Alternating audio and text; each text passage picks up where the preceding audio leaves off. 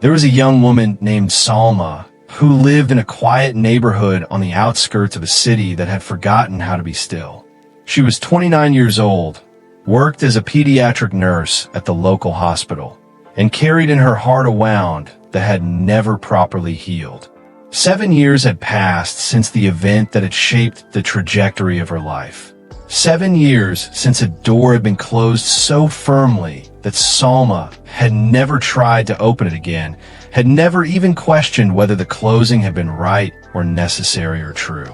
Salma lived alone now, having moved away from her family 3 years ago to take the nursing position. She had convinced herself she preferred solitude, that she had chosen this path of singleness and independence. But on quiet evenings when the walls of her small apartment seemed to press in from all sides, she would sometimes let herself remember a time when her future had looked different, when there had been someone whose presence had made her feel seen and known in a way she had never experienced since. His name had been Khalid. They had met during university, both studying at the same institution, though in different programs. She in nursing, he in education.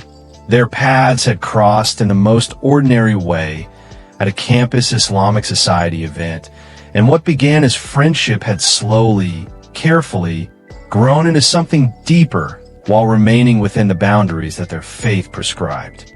They spoke with respect, never alone, always in groups or public spaces. They learned each other's characters through conversation and observation rather than through the shortcuts modern dating culture prescribed.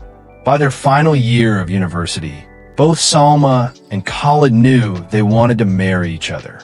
The feelings were mutual, expressed properly through family channels, and both sets of parents had been approached. Khalid's family had seemed receptive, though they asked for time to make inquiries about Salma's family background, as was customary and appropriate. Then, 3 months before their graduation, Khalid had stopped coming to the Islamic Society events, stopped responding to the carefully chaperoned messages they had exchanged through their families, stopped everything, as though he had never existed. Salma had been confused and devastated. She had tried to find out what happened, but Khalid's family had sent a message through her family stating simply that they had changed their mind about the match, that Khalid had decided to pursue other options, and that the matter was closed. No explanation, no conversation, no chance to understand what had gone wrong. The message had been delivered by Salma's Aunt Miriam, her father's sister, who had been the one facilitating the communication between the families. Aunt Miriam had seemed uncomfortable delivering the news, had held Salma as she cried, but had offered no real insight into why Khalid had so suddenly and completely withdrawn. "These things happen, my dear," her aunt had said, her voice strangely flat. "Sometimes people realize they're not compatible. It's better to discover this before marriage than after. You'll find someone better, someone who truly appreciates you." But Salma had never found someone better. In the 7 years since, she had met other men through her family's attempts at matchmaking, had considered several proposals, but none of them had felt right. She had eventually stopped trying, convinced herself that marriage wasn't meant for her, buried herself in her work, caring for sick children, and tried not to think about what might have been. What Salma didn't know, what she had no idea about despite 7 years of wondering and hurting, was that Khalid had never changed his mind. Someone had done something cruel to keep them apart, a lie so calculated and so completely believed that it had severed what should have been a blessed union. And the person who had done this terrible thing was the last person Salma would have suspected. The truth began to emerge on a Friday afternoon in early spring, 7 years after Khalid had disappeared from Salma's life. Salma was working her shift at the hospital when a woman was brought into the emergency room with her young son, who had a severe allergic reaction. The mother was frantic, crying, speaking rapidly in Arabic as she tried to explain what had happened. Salma, who was fluent in Arabic, stepped in to help translate and calm the situation while the doctors worked on the child. Once the boy was stabilized and the mother calmed. She looked at Salma with gratitude and recognition. "I know you," she said suddenly. "You're Salma, aren't you?" "Salma Hassan." Salma was surprised. "Yes, but I'm sorry, I don't think I know you. I'm Khalid's sister, Khalid Mansour. You knew my brother years ago." The name hit Salma like a physical blow. She felt the blood drain from her face. "Khalid's sister?" "Yes, I'm Samira. We never met back then, but Khalid talked about you constantly. He was so heartbroken when—" She paused, seeming to reconsider what she was about to say. "When he decided he didn't want to marry me anymore," Salma finished, trying to keep the bitterness from her voice. Samira's face showed confusion. "When he decided he didn't want? Is that what you were told?" "Yes. Your family sent word that Khalid had changed his mind, that he wanted to pursue other options." Samira looked shocked, then angry. "That's not what happened at all. That's not even close to the truth."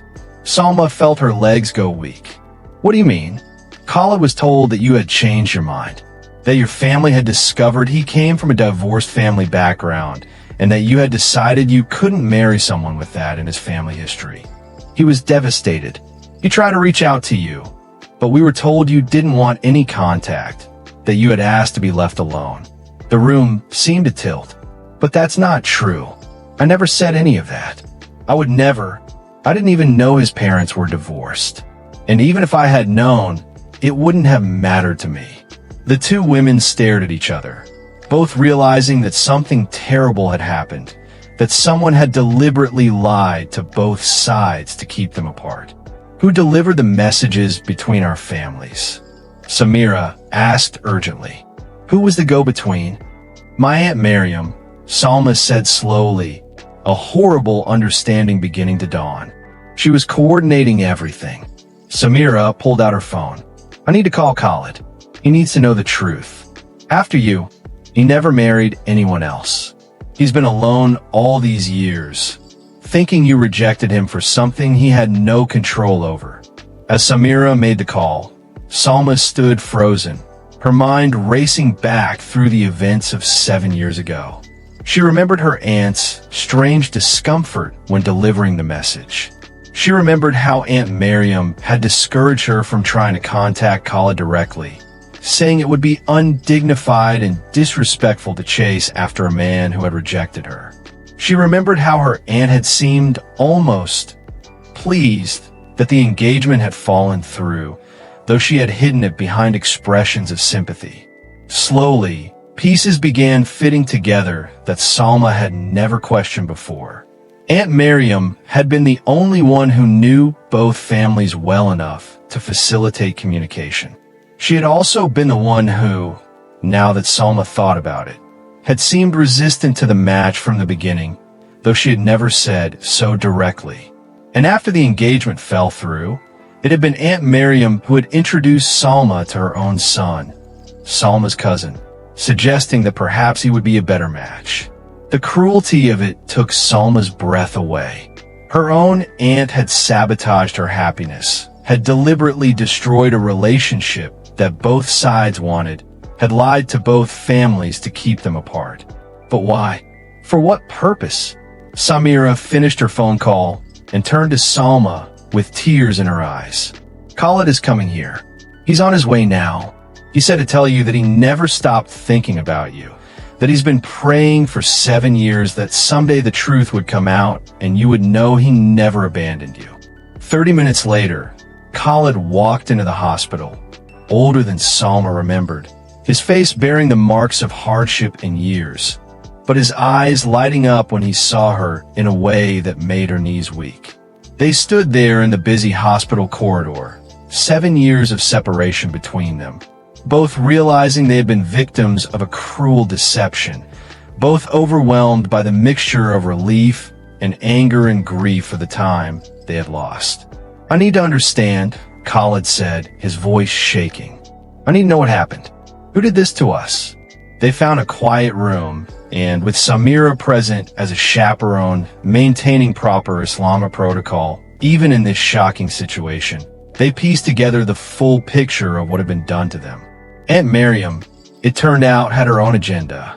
She had wanted Salma to marry her son, but knew Salma would never agree while she was interested in Khalid. So Miriam had fabricated lies to both families, telling each side that the other had rejected the match for superficial, hurtful reasons. She had then positioned her own son as a better option for Salma, though Salma had firmly refused that proposal as well. "We need to confront her," Khalid said. "We need to hear the truth from her own mouth." That evening, with both families present, Aunt Miriam was called to account for what she had done. At first, she denied everything, but when faced with both Salma and Khalid telling their versions of what had been communicated to them, her lies unraveled. Finally, cornered and exposed, Miriam broke down. "I thought I was doing what was best," she cried. "Khalid came from a broken home. I worried he would bring that same brokenness into Salma's life. My son would have been better for her, would have given her stability. I did it for her own good." "You had no right," Salma's father said, his voice cold with fury. "You destroyed my daughter's happiness based on your own prejudices. You took a decision that belonged to them and to God, and you usurped it for yourself. You played God with their lives." The confrontation was painful and raw, but it brought the truth into the light. Aunt Miriam was a broken woman after that evening, ostracized by her family for the betrayal and manipulation. Her relationship with them damaged, perhaps beyond repair. But for Salma and Khalid, the truth brought a complicated mixture of relief and grief. Relief that they now knew neither had abandoned the other, that the love had been real and mutual and worthy. But grief for the 7 years they had lost, 7 years they could never reclaim, 7 years of loneliness and heartache that had been completely unnecessary. They sat together days later, properly chaperoned by Khalid's mother this time, trying to process everything that had happened. "I'm so angry," Salma admitted. "I'm angry at what she took from us. We should have been married for 7 years by now. We might have had children. We lost so much time." Khalid nodded, his own anger evident. "I've been thinking about that too. But I've also been thinking about something else. For 7 years, I've been praying that the truth would come out, praying that God would bring you back into my life if it was meant to be, praying for patience and trust in his plan even when I didn't understand it." "I've been praying too," Salma said quietly. "Not specifically for you, because I thought you had rejected me and I try to accept that as God's will. But I've been praying for peace, for understanding, for God to heal the part of me that broke when you disappeared. And God answered those prayers," Khalid said. "Not in the timing we wanted, not in the way we would have chosen. But he answered them. He brought the truth to light. He brought us back together. And maybe, I know this is hard to accept, but maybe there was wisdom in the waiting that we can't see yet." Salma struggled with this idea. How could there be wisdom in cruelty? How could God allow such injustice? An elderly imam who had known both families was brought in to counsel them as they tried to process the situation and decide what to do next. He listened to their story with sadness and anger at the betrayal, but then he said something that reframed everything. "What your aunt did was wrong. There is no question. She will answer to God for the harm she caused. But I want you both to consider something. God knew what she was going to do. He knew you would be separated. He knew you would suffer. Yet he allowed it.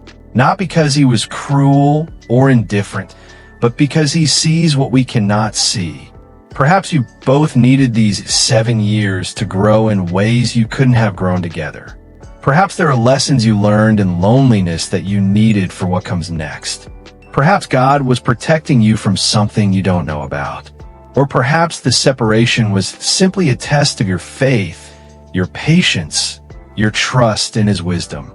He continued, "The prophet Yusuf, peace be upon him, was betrayed by his own brothers, thrown into a well, sold into slavery, falsely accused and imprisoned. He lost years of his life to cruelty and injustice. But God was working through all of it, preparing him for a role he couldn't have fulfilled without those trials. And in the end, Yusuf recognized that what his brothers meant for evil, God meant for good. Salma and Khalid sat with this teaching, trying to find the patience and wisdom to accept what had happened without bitterness consuming them. Over the following months, they rebuilt their relationship slowly, properly, with full family support this time, and no deceptive go-betweens. They learned who each other had become in 7 years of separation.